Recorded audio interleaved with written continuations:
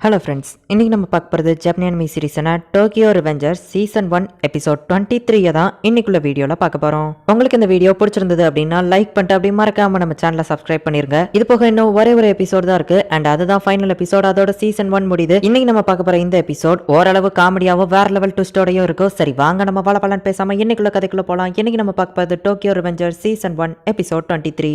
பாஜியோட சமாதிக்கு மைக்கி வந்திருக்கான். அப்ப அமைதியா அவன் அந்த இடத்துல நின்று ப்ரே பண்ணிட்டு இருக்கான். ஜோவில அடைக்கப்பட்டிருக்கிற காசுடோரை பாக்குறதுக்காக டிராக்கனும் நம்ம ஹீரோவோ போயிருக்காங்க. இந்த தடவை நான் செஞ்ச தப்புக்கு நான் பயந்து ஓட போறது இல்ல, பாஜி மாதிரியே எதிர்த்து தைரியமா நிக்க போறேன், எனக்கான தண்டனையை நான் ஏத்துக்கிட போறேன் அப்படின்னு காசுடோரா சொல்லவோ, நீ சூசைட் பண்ணலான்னு மட்டும் நினைக்காத அப்படின்னு டிராக்கன் சொல்லவோ, உனக்கு எப்படி தெரியும் அப்படின்னு காசுடோரா கேட்கறான். உன்னோட ரியாக்ஷனை பார்த்தாலே எனக்கு தெரியுது, நீ மட்டும் சூசைட் பண்ணினா கண்டிப்பா நான் உன்னை மன்னிக்க மாட்டேன்.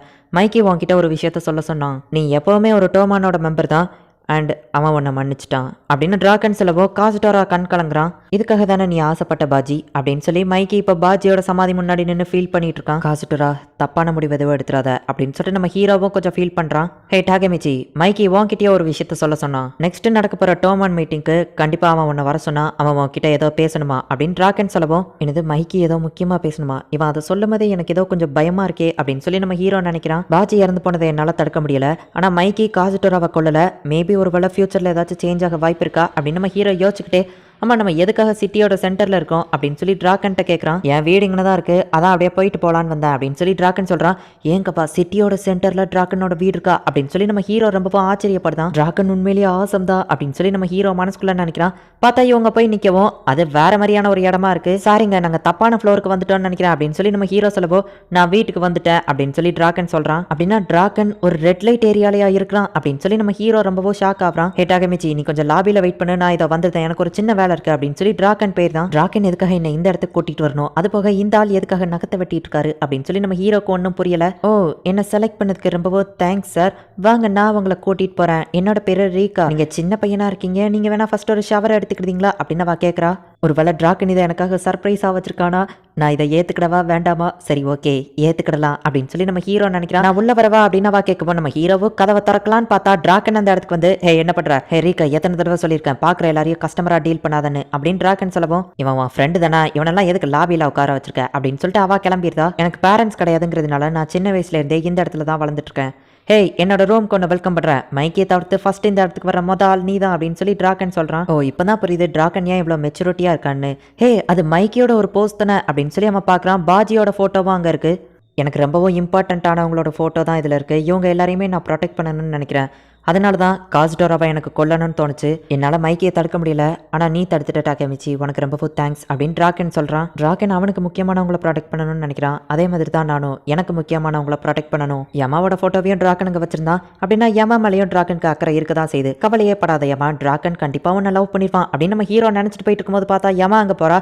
நம்ம ஹீரோ யமாவை பார்க்கலான்னு பார்த்தா லவ் யூ மைக்கி அப்படின்னு சொல்லி யமா மைக்கியை கட்டி பிடிச்சிட்டு நின்றுட்டு இருக்கா. நம்ம ஹீரோக்கு செம ஷாக்கிங்காக இருக்கு. யமா நீ சீட்டிங் பண்ணிருக்கலாம், ஆனால் அது மைக்கி கூடவா போய் பண்ணுவ அப்படின்னு நம்ம ஹீரோ யோசிச்சு பார்க்கறான். யமா கூட எப்படி நீ போகலாம் அப்படின்னு டிராக்கன் கேட்கவும், அவ என்னோட கேர்ள் ஃப்ரெண்ட், அவ எனக்கு தான் சொந்தம் அப்படின்னு சொல்லி மைக்கி சொல்ற மாதிரி நம்ம ஹீரோ கற்பனை பண்ணி பார்க்கறான். அச்சோ இவனுங்க சண்டை போட்டா டோக்கியோவையே 2 துண்டாக்கிடுவானுங்களே அப்படின்னு சொல்லி நம்ம ஹீரோ பயந்துட்டு இருக்கவும், எனக்கும் அதே சந்தேகம் தான் இருக்கு வாட்சன் அப்படின்னு சொல்லி ஹீனா வந்து சொல்லவும், எங்களை மன்னிச்சிட டாகமிச்சி, இந்த வழியா நாங்க போயிட்டு இருந்தோம், அப்படியே உன்னை வந்து பாக்குறோம், தொந்தரவுக்கு மன்னிச்சிடு அப்படின்னு அவுட்டோ சொல்றான். கவலையே படாதீங்க வாட்சன், கண்டிப்பா அவங்களுக்குள்ள ஏதோ ஒன்று இருக்கு, இந்த மிஸ்ட்ரியை சால்வ் பண்றதுக்காக தான் டிடெக்டிவ் ஹீனா இங்க வந்திருக்கேன் அப்படின்னு அவ சொல்லவும், நேத்து நிறைய டிடெக்டிவ் மூவி பார்த்து அவளுக்கு நட்டு கலந்து போச்சு, நீ கொஞ்சம் கண்டுக்கிடாத டாகமிச்சி அப்படின்னு சொல்லி நவுட்டோ சொல்றான். இப்போ இவங்க எல்லாருமே மைக்கியவோ யமாவையோ ஃபாலோ பண்ணி போறாங்க.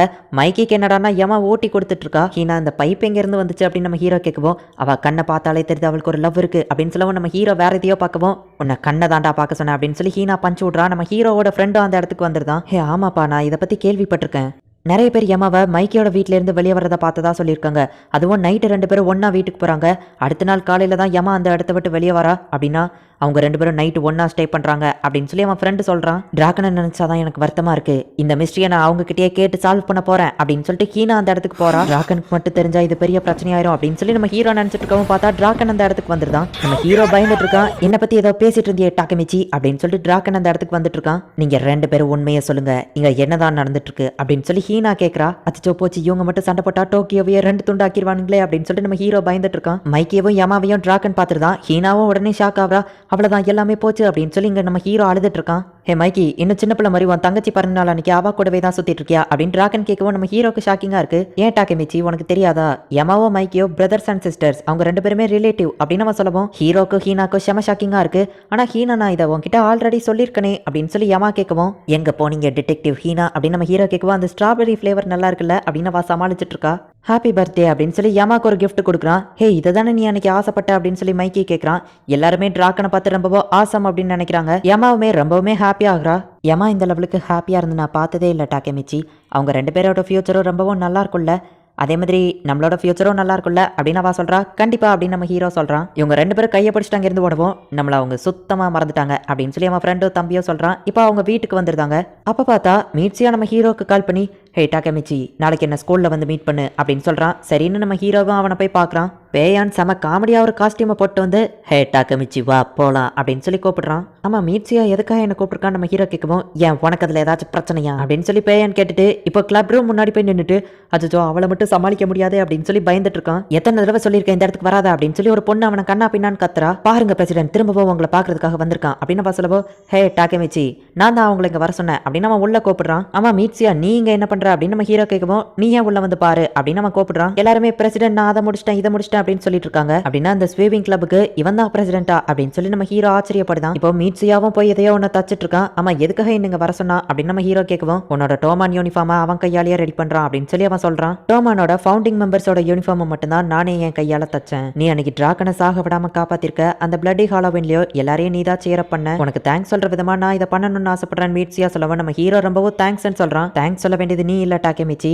இது எனக்கு ஒரு பெருமை அப்படின்னு சொல்லி மீட்சியா சொல்றான். இதை போட்டு பார்த்து ஏதாச்சும் அட்ஜஸ்ட்மெண்ட் இருந்துச்சுன்னா சொல்ல டாக்கமிச்சி அப்படின்னு மீட்சியா சொல்றான்.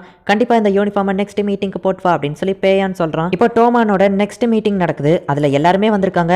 ஹே டாக்கமிச்சி சீக்கிரம் வா அப்படின்னு சொல்லி பேயான்னு சொல்றான். டோமானோட எல்லா மெம்பர்ஸுமே அந்த இடத்துக்கு வந்திருக்காங்க. இன்க்ளூடிங் கீசக்கியும் அந்த டோமான்ல இன்னும் இருக்க தான் செய்யறான். நம்ம ஹீரோ யூனிஃபார்ம் போட்டு வரவும் எல்லாருமே நம்ம ஹீரோவை பார்த்து ஆச்சரியப்படுறாங்க. ஏன்னா இதை மீட்சியா கையாலேயே அவன் தச்சு கொடுத்துருக்காங்கிறதுனால எல்லாருமே ஆச்சரியப்படதான் செய்யறாங்க. ஹே உன்னோட புது யூனிஃபார்ம் நல்லா இருக்கு டாக்கமிச்சி அப்படின்னு டிராகன் சொல்லவும் நம்ம ஹீரோ தேங்க்ஸ் சொல்றான். அபிஷியலா உன்ன டோமானுக்கு வரவேற்கிறேன் அப்படின்னு டிராகன் சொல்லவும் நம்ம ஹீரோவும் தேங்க்யூ அப்படின்னு சொல்றான். இப்போ அந்த மீட்டிங்கை ஸ்டார்ட் பண்றாங்க. இந்த மீட்டிங் உனக்கு ரொம்பவும் ஒரு முக்கியமான நாளா இருக்க போது டாக்கமிச்சி அப்படின்னு டிராகன் சொல்றான். மைக்கி அந்த இடத்துல வந்து நிக்கிறான். பார்த்தா ஹான்மாவும் சீஃபியோவும் கூடவே வந்து நிக்கிறாங்க. அந்த பிளடி ஹாலோவின்ல நடந்த பிரச்சனையை ஒரே தெரியா முடிக்க போறோம் அப்படின்னு டிராகன் சொல்றான். நம்ம ஹீரோக்கு செம ஷாக்கிங்கா இருக்கு. இந்த இடத்துல இந்த எபிசோட் முடியுது. வால்ஹலாவோட லீடர் ஹான்மா எதுக்காக இப்போ டோமானோட மீட்டிங்ல வந்து நின்னுட்டு இருக்கான், கூடவே எதுக்காக சீஃபியோவும் வந்து நின்னுட்டு இருக்கான், என்னதான் நடக்குது அப்படிங்கறத நெக்ஸ்ட் எபிசோட் பார்த்து தெரிஞ்சுக்கோங்க. அண்ட் நெக்ஸ்ட் எபிசோட பத்தி நான் சொல்லவே தேவையில்ல, அது சும்மா வேற லெவல்ல இருக்கும். அண்ட் நெக்ஸ்ட் எபிசோட் தான் லாஸ்ட் எபிசோட். அதோட சீசன் 1 முடியுது. சீசன் 2 இன்னும் ரிலீஸ் ஆகல. அது வந்துச்சுன்னா கண்டிப்பா நான் அதை தமிழ் டப் பண்ணி போடுறேன். ஸோ சீசன் 2 போடுங்கன்னு சொல்லி யாரும் தயவு செஞ்சு கேட்காதீங்க. அண்ட் நெக்ஸ்ட் எபிசோட் தான் சும்மா வேற லெவலில் இருக்கும். ஸோ மிஸ் பண்ணாமல் பார்த்து என்ஜாய் பண்ணுங்க. அண்ட் உங்களுக்கு இந்த வீடியோ பிடிச்சிருந்தது அப்படின்னா லைக் பண்ணிட்டு அப்படியே மறக்காம நம்ம சேனலை சப்ஸ்கிரைப் பண்ணிருங்க. தேங்க்யூ ஃபார் வாட்சிங். Bye guys. நெக்ஸ்ட் எபிசோட்ல மீட் பண்ணலாம்.